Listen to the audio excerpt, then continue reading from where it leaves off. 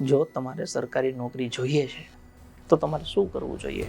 તો કે રોજની 12+ કલાક સખત અને સતત મહેનત. કેટલો સમય?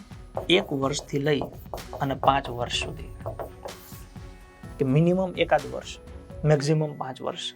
એ એટલા માટે કેમ કે તમે એક પરીક્ષાની તૈયારી કરી, વર્ષ મસ્ત તૈયાર થઈ ગયું, એક્ઝામ આપી, એક્ઝામમાં કંઈક ભૂલો થઈ ગઈ, હવે તમને ખબર પડી ગઈ, સમજાઈ ગયું કે હવે આવી ભૂલો કરવાની નથી, પણ પાછી પરીક્ષા આવે ત્યારે પાછી પરીક્ષા 2 વર્ષ ખેંચાઈ જાય. ઓકે, એટલા માટે 1 થી લઈને 5 વર્ષનો સમય તમારે આ ફિલ્ડને દેવો પડે.